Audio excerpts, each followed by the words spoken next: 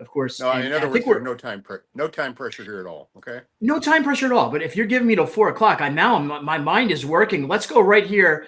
This is kind of crazy because I'm just getting back to doing this again. So thank you for bearing with me. Norm Pattis.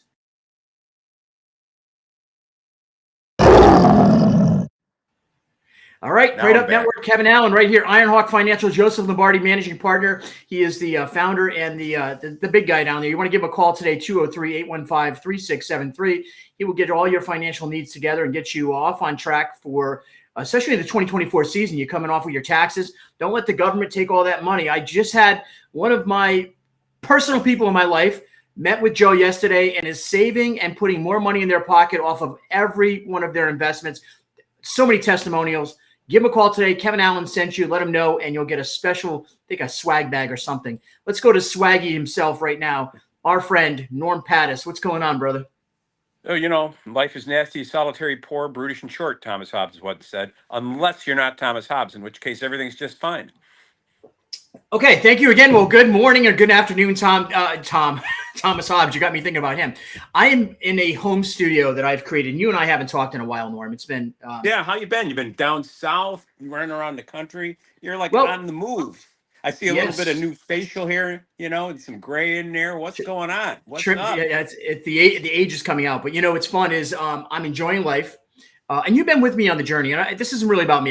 Me and you definitely need to talk off. And a big shout out to Howie. You gave me Howie. I didn't get a chance because I couldn't afford the copay, but he helped me get on track.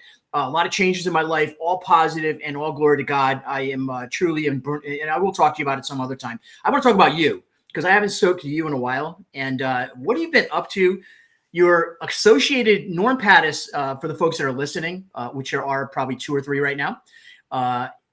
You are one of the most famed attorneys from not just Connecticut, but in the country. You've represented some of the more not so nice cases, people that have been attacked by public, Alex Jones, for example, and then the J6ers. And we just had some things come down from the Supreme Court about J6ers. I want to get right into that first because then I want to talk about Norm Pattis. But let's get the business out of hand. What's going on with the J6 guys, and what was that finding from the Supreme Court going to have an effect on your clients? Well, I think what you're referring to is the obstruction of official proceeding case that is going to be argued in the Supreme Court on April 19th. So there's a statute that was passed after the Enron crisis, and that says you obstruct an official proceeding when you destroy, alter, manipulate, or otherwise make unavailable documents that are or seek to influence testimony used in an official proceeding, and you do so with a corrupt intention. And so what does that mean? What does it mean to have a corrupt intent? What is an official proceeding, and so forth? This statute carries a prison sentence of up to 20 years. So the statute was applied broadly in many of the J6 prosecutions to include a rioting on the day of the Capitol during the counting of electoral votes. And the question for the Supreme Court is whether that application of the statute is appropriate. So the District of Columbia's Court of Appeals elected to reject the claim of Mr. Fisher in a 2-1 vote and others. I, on behalf of Jake Lang and others on behalf of other defendants, filed a petition for certiorari in the United States Supreme Court, and the Supreme Court granted certiorari. Someone else will argue the case on behalf of Mr. Fisher. They didn't give Mr. Lang permission to argue. But the question presented will be whether these facts, the facts related to January 6th, support a prosecution for obstruction of official proceeding. And our position is they don't. A riot is fundamentally different than shredding a document.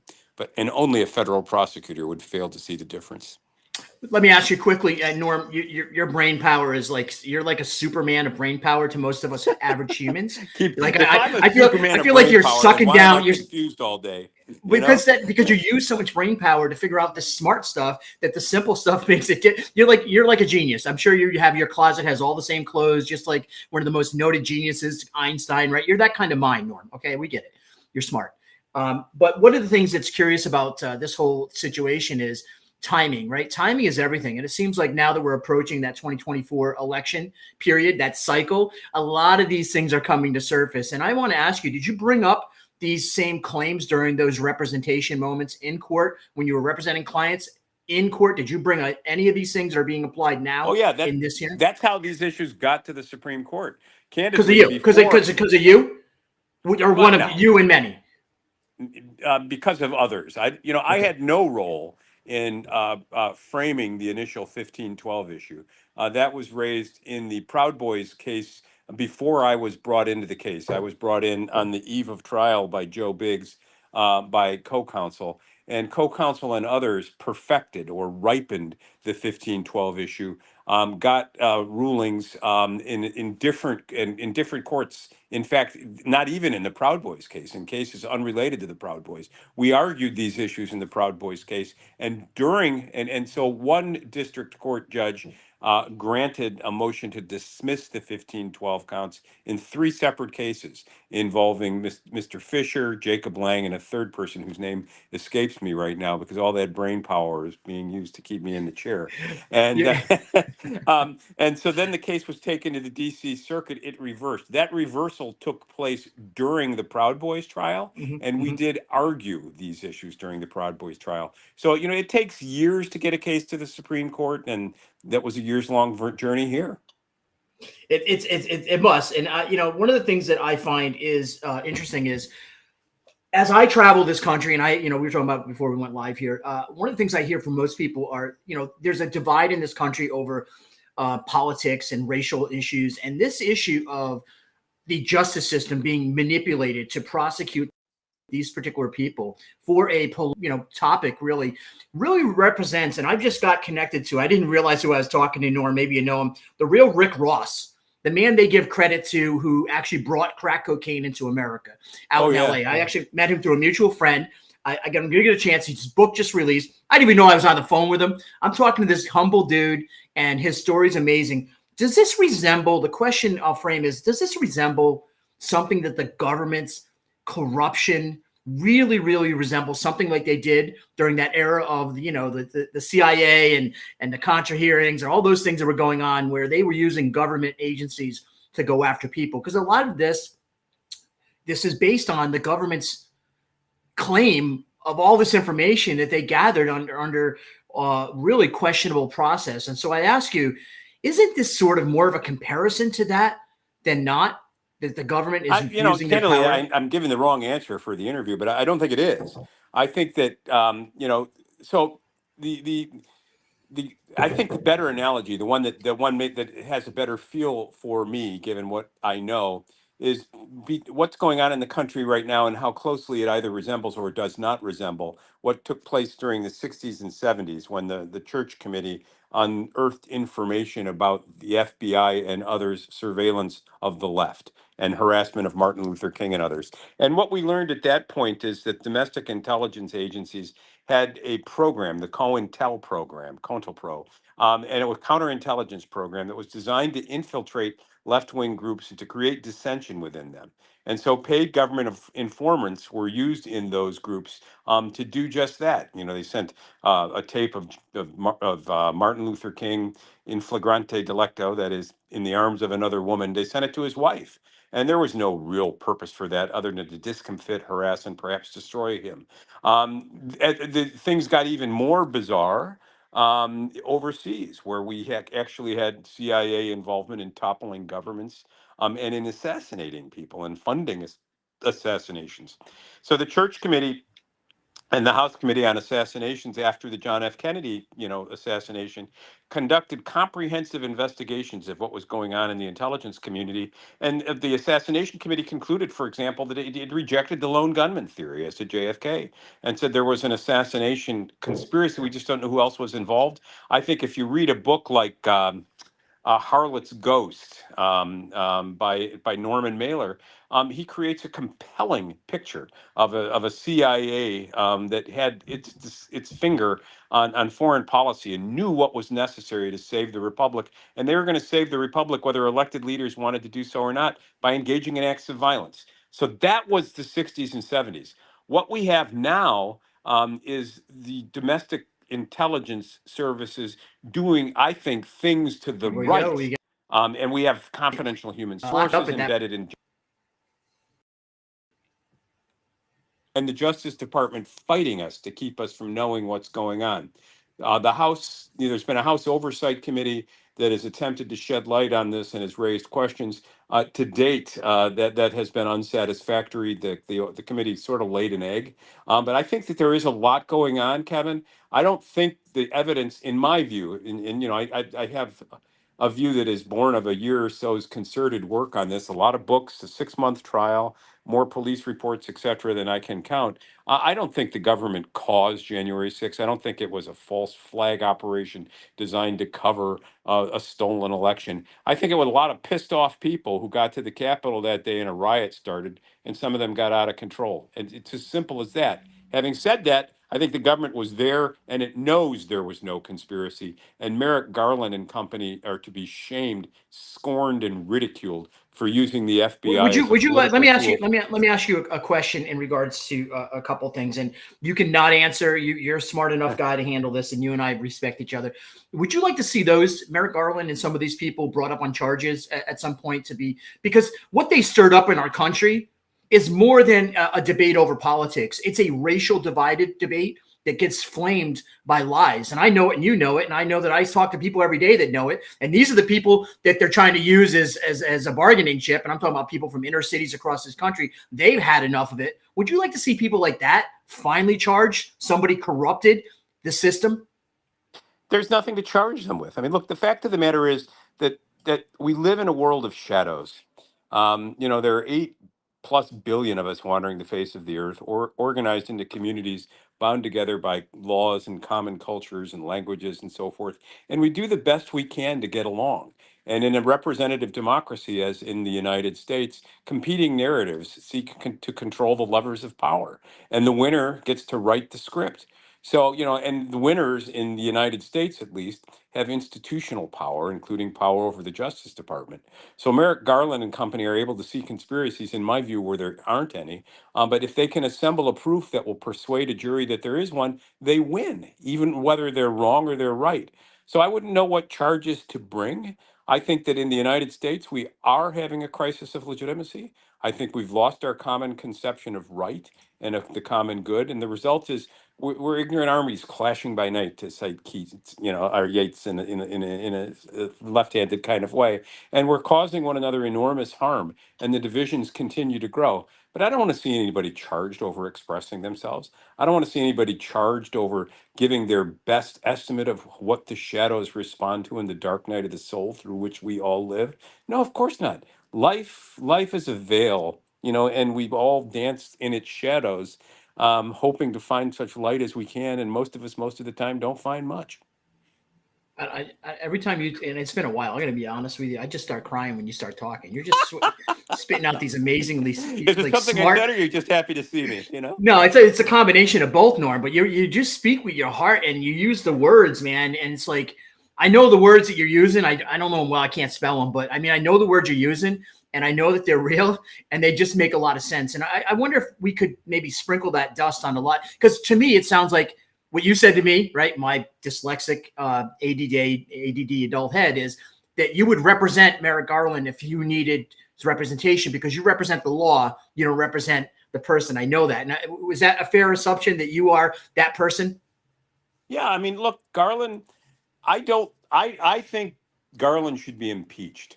I think I would vote for a cabbage rather than I would vote for Joe Biden and have Merrick Garland desecrate the Justice Department with his half-assed jihad against the J6 defendants. I think he's done enormous harm to the country. You look back in American history at the United States Civil War, a war that raged for 4 years and led to 600,000 deaths of combatants and whatnot. 3 years after that war, most every rebel had been repatriated, the country given a mission, live together. We're still prosecuting people afresh today, 3.5 years after a 4-hour riot. What in the hell is the matter with Merrick Garland? It's just wrong. Now, having said that, if somebody were to charge him with a crime, for bringing his decisions, I would defend him because he has the right to make those decisions. And he has a right to infuse the law's general terms with whatever grand narrative he thinks a jury will support. And in the J6 cases in D.C., juries have almost uniformly supported the Justice Department. That's a sign of how deeply divided we are, that people can feel so strongly about these things. So I mean, officially right here on this this afternoon, this big momentous news breaking right here, Ironhawk Financial, Joseph Lombardi sponsored event right here, KevinAlan for us on the Prayed Up Network. Norm Pattis would defend Merrick Garland for the right reasons. I did just get that commitment from you. Thank you. I just wanted to get that soundbite along. Norm, let's get out of the politics and the world of ugly today. Let's talk about Norm Pattis, grandfather, father, successful entrepreneur. This incredible history of fighting for justice. I mean, it goes all the way back. If folks want to look up Norm's history, I love the first interview I did with you, and I remember, Norm, because I studied for you. I don't study for a lot of interviews. I looked, I think it was 11 cases popped up, and I asked you about each 11 of those cases, and one of the cases was the New Haven Town Green. And from a perspective, and you might know this, we'll talk more details. I went homeless this last year. 3 months of my life I was without a home. I now can understand what being homeless is like. I went to don't be sorry. Celebrate the miracle of God. But celebrate the miracle. It is hard. But you know, the beauty of that relationship that I want to you and I share is I also went down to 33 cents in a bank account. I went into those things. You've represented people from high affluence. I don't want to say Alex Jones is that anymore after that lawsuit, but you've represented people that don't have anything. And I would just ask you, what do you get from cases like the Town Green and from Alex Jones? Like, what does Norm Pattis take away and keep inside of his heart from those comparison cases? So I'm in transition and a struggling human being. I'm sorry to hear that. I didn't know you were going to be affected by this too. In 2024, the next big announcement right here on Ironhawk Financial is Norm Pattis is actually transitioning. Thank you. Go ahead. Take it away, Norm. No, I think that I'm teasing. I struggle, as we all do, with a sense of meaning and with a sense of what it is that I'm doing and why. And so for many years, but I guess the thing that has infused my career is just amazement at the world. I am stunned by it every day. You know, the German philosopher Immanuel Kant once said that two things filled him with wonder: the starry heavens above and the moral law within. In other words, you look out on a dark night into this infinite reach and say, "Oh my God, how did we get here?" And it's just an amazing thing. And then if you look into your own heart and follow your intuitions about justice, everyone has them. We may not agree how it applies in each case. Where did that come from? That's just as marvelous. Then, you know, play the game and pretend you're approaching Earth from the moon, and this orb comes into view, and as it focuses and you get closer and closer, you see that on this round thing in the sea of infinity, there are groups of people that live together. The fact that we get anything done at all on a communal basis is, to me, as marvelous as the number of stars in the sky and as amazing as the moral law within. And so what these groups do to the individuals within them, the groups justify the power that they have to influence the lives of individuals in these communities, these questions have transfixed me for 40 years. You know, I studied them in college, I studied them in graduate school, I taught briefly the history of political ideas at Columbia. These were the ideas that motivated me, and they've motivated me in the law. Now, as it turns out, these conflicts between the individuals and the group, or individuals and a group, are best reflected in the criminal courts, where the stakes are high. And so I ended up there. And I've spent a professional lifetime, 30 plus years now, representing people accused of serious crimes and sometimes desperate struggles against the state. And I've done so as a happy warrior. But now I begin to wonder whether that identity is outlived. I've started to do stand-up comedy, and I'm playing at that more and more. And I'm shocked sometimes at the audience reaction when I introduce myself as a criminal lawyer and talk about the work that I've done, because people are aghast, and some of them never come back. And the other day, you know, I was in a court and listening to the stories that brought defendants to court, and for the first time almost realized, oh my God, this really is dark. You know, I was so busy with the details, I lost sight of the larger picture.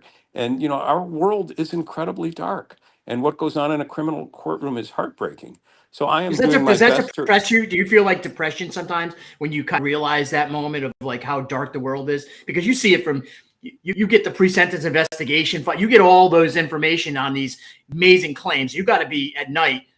I don't know how you shut it down.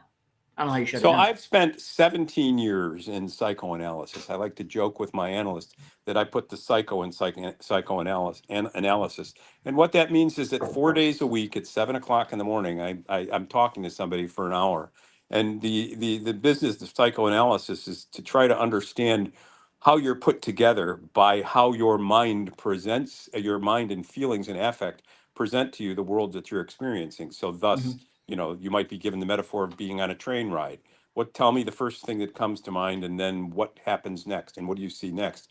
And the transitions from topic to topic, sometimes why one topic rather than another flows from a certain vantage point, what resistance you'll put up internally to moving from one thing to the next. That's where the growth is. And so I've spent 17 years asking myself 4 times a week, why do I do this? And I came to understand that I did for two reasons, because as a child, I had no one to stand for me, and I wanted to stand for others, but also because I was angry. And the older that I've gotten, and I've come to release my hold on that anger, I'm open to something like a sense of grace, like the end of myself and the beginning of something new. And I am so I recently reread Augustine's Confessions. I'm in the process of rereading it right now, and Augustine has this intimate conversation with God.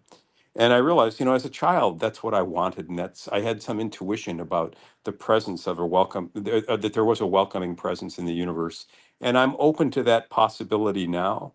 And I'm alive to the possibility and the prospect of a different kind of life. And so I'm thrilled. I couldn't be happier. Well, Even I though I am look like a miserable old man, right? But no, man, I just couldn't be happier. I like you. I froze up. Can you hear me at least? Yes. Yes. Okay, if you can hear me, then that's all right. My video will come along when it comes along. But as long as you can hear me, Norm Pattis, one of the next questions I want to ask you. This is like a I did lose you just now. I can't hear you, Kevin. Don't know what's going on.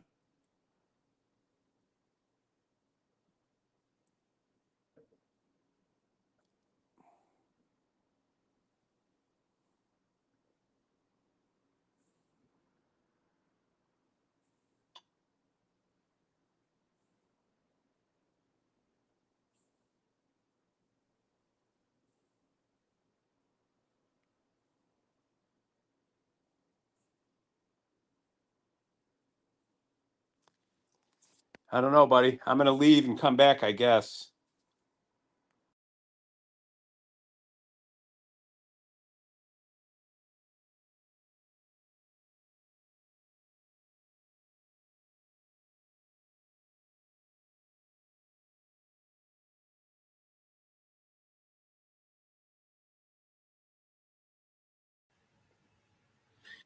And we are still streaming live right here. Thank you for tuning in. This is KevinAlan right here, and we do have our guest Norm Pattis.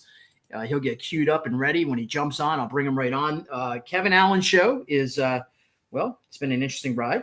Been an interesting ride for a while, for a long while.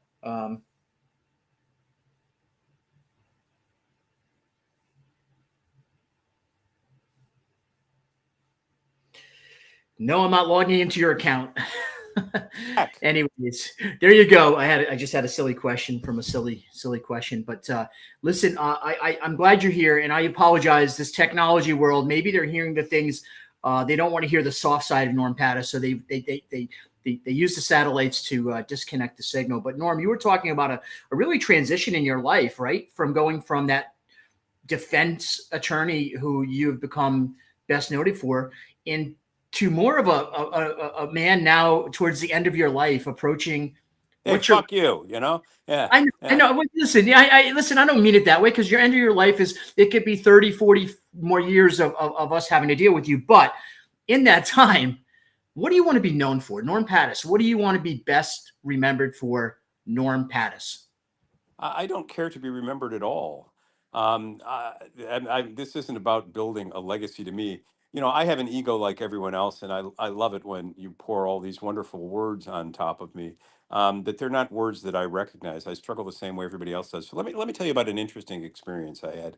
Um, I was asked the other day to speak at a fraternal organization at Yale. It wasn't quite a secret society, but you have to be a member to join and be invited. And so I was asked to be a dinner speaker. And I said, well, what am I going to talk about? And they said, these kids, they want to know what makes you you. And I said, "That seriously?" Yeah. And so I got to the invitation. It was 7 o'clock. I drove by the building and I looked in and I saw this long, beautiful dining room. No one was there. And I thought that corresponded to my fear, that there would be no one to come because no one would be interested. The dinner began, and there were 38 people at the table. And after some formalities and breaking bread, they gave me a chance to speak. And I spoke to people from the heart about the questions that Homer's, that puts into the questions of his characters in the Odyssey. Where did I come from? Who are my parents? Why am I here? Where am I going? What do I want? And I tried to be honest with these people about that, and it was a very moving response thereafter. I've received notes from people. I've been offered an opportunity to be a cameo in a movie, and I'm told it'll be audio taped soon. And so what I've learned just in the last couple of years is that if you have the courage to be present in your own skin and to answer an honest question honestly, it may open doors to you into yourself and to others, that you hadn't expected. And so suddenly I've stopped fighting, and tried to start loving, and the impact has been profound. So profound that you were actually, I was just watching every word you were saying. I'm being serious, Norm. I am a big fan of yours, and I want everyone to hear this. If you haven't heard it before, I just want to make this claim because this Norm's my friend, and I publicly say this all the time. I don't know why God's given me so much in relationships with people. I am probably, if someone asked me at the end of my days, I could easily have my children in my testimony say that I was the richest in friendship out of anybody that I know, because I do have some incredible friendships. And these are friendships, by the way, Norm, don't feel special, with people who live under bridges, as well as people that are extremely intelligent scholars like yourself. Were you going to the Skull and Bones Society? Just asking. No, I Okay. don't, All right. Just want to make sure. All right. We don't want to label you as part of the team, but thank you for that. And so when you get out to speak about these things and you start to share your emotional side, Norm, how does that make you feel inside? I mean, that's got to be like you're letting go of 70 years of Norm Pattis, and this has not just been overnight. Is it emotionally? How's it feel to be at your point in your life? it feels really liberating and like I'm free finally from striving. A very good friend of mine has taught me the power of simple yes, of saying yes to the best that's within you, and it's been transformative. I think that I think that I'm old. But my children are adults. I have 6 grandchildren. Their educations, in other words, my children's education are paid for. Most of our houses, most of our property is paid for. There, we have one mortgage left that on a place we don't really need, and so I'm free. I'm free finally to be free from striving and to simply be in my own skin, and that is a good thing. Free at last. And you quote a lot about Martin Luther King. History has really shaped you.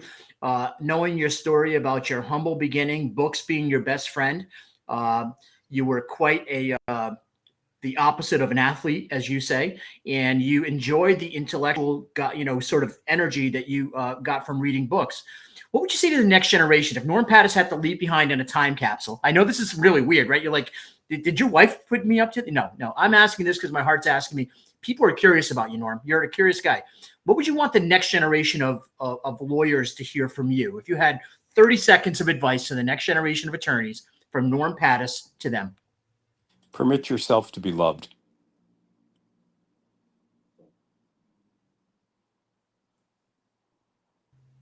Is that it? Yeah, permit yourself to be loved. And you It think is through. the most liberating gift in the world to accept the love of another human being. Mm-hmm. Wow. You know what? You and I will speak. You're going to make me cry because I personally gone through some things in my life in 53 years. So, being I 50. mean, we live in an era of Wow. idols. I think Saint Augustine noted that sin is love of the wrong thing. And so we love certain women for the wrong reasons. We love the way they look. We love the way they behave. Um, we seek idols or things that correspond to what we think that we want. But whenever we're beginning from a perspective of I want, I desire, I this, what you're doing is you're putting a screen between yourself and the other. I had an extraordinary set of conversations not long ago with someone who asked questions of me.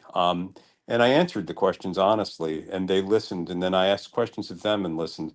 And just the power of that exchange it was transformed my life in ways that I'm still struggling to understand. This is like an old-fashioned podcast. We go back and forth very slow and methodically. You've been doing stand-up comedy, podcasting. You've been talking, not just in front of jurors, but you've been talking, doing public speaking a long time. What is the hardest thing for Norm Pattis to prepare for speaking? What's the hardest thing you have to do and overcome to speak?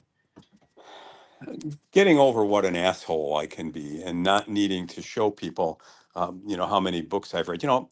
I I'm working hard to be loving and to listen and to be the sort of lover that a person would want.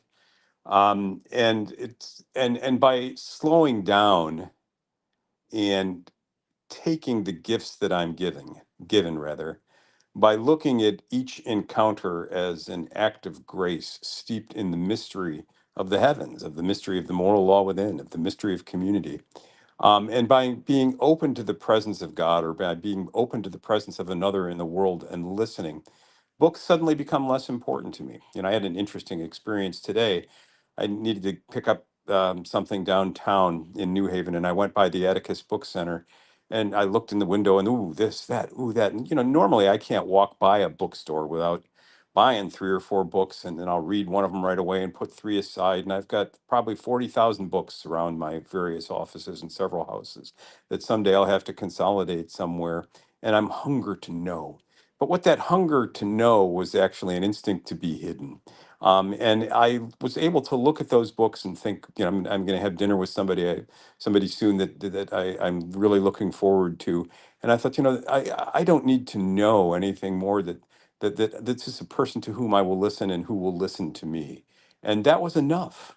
And for the first time in 30 or 40 years, I walked by a bookstore without feeling I needed to load up. And just like the speech at Yale, people want to be known. They want to be heard. And I think if we can show them the courage to be ourselves in the face of fear, the courage to be ourselves in the face of anxiety, and yes, I'll be 69 this year, later in the year, even in the face of mortality, and the certain knowledge that no one gets out of here alive, that's okay. I've still got gratitude for today. And as long as I have that gratitude for today, I've got something to share with you. And if we can share that in a spirit of loving kindness, we've made the world a better place, even if it's just for our encounter. Wow, Norm, I'm going to have to go back to the transcripts and write a lot. I think we can make a lot of those spiritual inspirational cards and just quote Norm Pattis after this show for certain here. Listen, Then you're going to be in trouble. I mean, I'm not looking to. I swear to God, Kevin, I'm still practicing law. I got murder cases coming, robbery cases, larceny cases. I'll still go to court and I'll mix it up with the best of them. But it's no longer what I need to do to be me. And that is a wonderful, you climbed this wonderful mountain. I don't mean it in a way of being callous, but you've achieved things in your space that most people will talk about how you can achieve. You're humble about it. Don't get me wrong. I am not saying that you're some kind of big head, because you're not.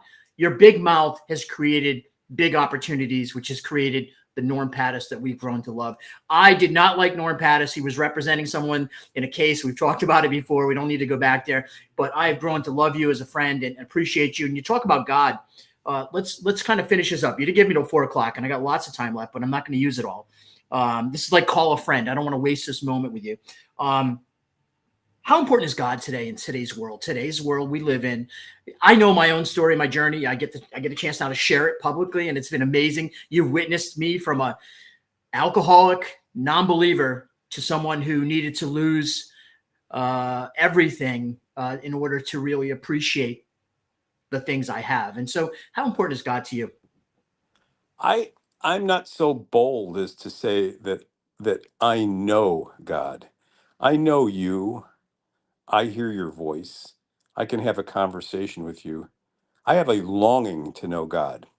And my impression, especially upon rereading Augustine's confession, that God is forever present but always out of sight. And that it takes an act of faith to fall into the arms of something larger than yourself. And you want to call that God, that's fine. Falling into the arms of another, falling into the arms of the other, is always a transformative experience. And so, how important is, another way of putting it is, from stealing something from, I think it's First Corinthians. How important are faith, hope, and charity? They're everything. And so, is that the road to God? Is God love? I'm aware of all the people who say all those things, but my sin of the seven deadly sins, mine is pride. And I think I've been humbled in life, and knowledge, intimate knowledge of God has been deprived, or kept from me, because if I had it, I'd misuse it. And so I accept with humility being lost, being a sinner in need of grace. And I accept those moments of grace that I can get when I find them, such as the connection you and I have right here, right now. You're an awesome dude, Norm Pattis. So Norm Pattis, not going anywhere. You are going to Mohegan Sun, and I'm planning to be there. It is Great. going to be, I think it's Thursday, my 21st. How come that date? What March is the date? 21st, 10 o'clock, Thirsty Thursdays at Comics Roadhouse, 10 o'clock. Fill the room. You make me look good. I need help. I need all the help I can get in the stand-up world. So I want to throw it out there to my Connecticut folks. I want to set up a table and sit around that table with anyone who wants to come on out and watch Norm Pattis. And listen, I know a lot of my Christian friends, and kind of dividing these. I don't want to divide anybody. Listen, everyone's welcome. Come on out, have a great time. And by the way, I talked to Frank. I should probably do this off the show, but I'm getting a second chance. Good. I get to go back on stage. Frank is going to let me go up in comics. And the interesting part is I've been working on a set. You might see something different. Who's on first? What's on second? That kind of stuff. Do you think comedy is? Do we need to laugh more too, just in the crazy? I mean, the world we're in today, laughter is that helpful? Just free medicine. The human condition requires it, because if sin is love of the wrong thing, the biggest sin is taking yourself too seriously. Aspire to do justice, do it as best you can, and yearn for love. And the rest takes care of itself. But stand-up comedy, I love it because we get to puncture sacred cows. I make a lot of fun of myself in my stand-up. And so, one of my I opened the other night somewhere, and my first line was, "Hi, I'm Norm. I'm an assaholic." Now, those were the opening lines. It said, the bit goes on, and it caught everybody's attention. Did he say assaholic? Yes, I'm a criminal defense lawyer, you see, and I defend the reviled. And as a result, I've become reviled, and the weight of it all oppresses me. So much so that I listen to the radio now. So I had the radio on the other night, and there was Kiss, and I'm singing along. I want to rock and roll till 9 and party half of the day. I'm like, wait, that's not what they wrote. So I took a nap. The radio was still on, and I'm humming with Steppenwolf. I'm born to be mild. Okay. So I've grown old and I'm tired. I turned the radio off, and I started to read a story to one of my grandchildren, a nursery rhyme. Hillary Dillery Duck, the first lady wouldn't suck cock. So Clinton instead caught some Monica head, and the world then went into shock. And, my wife was outraged by that. She grabbed the book. She said, "What the fuck are you doing, you asshole?" And I realized I was getting lucky. That's geriatric foreplay. And I mean, so what did I do in that bit? I made fun of some political figures. I made fun of myself. Yeah. I used cultural moments that are significant and Mhm. filtered them through the prism of getting old and what that means. And you are pervert, little pervert, little pervert, sprinkle of pervert. Yeah, and the audience enjoyed it. So I listen.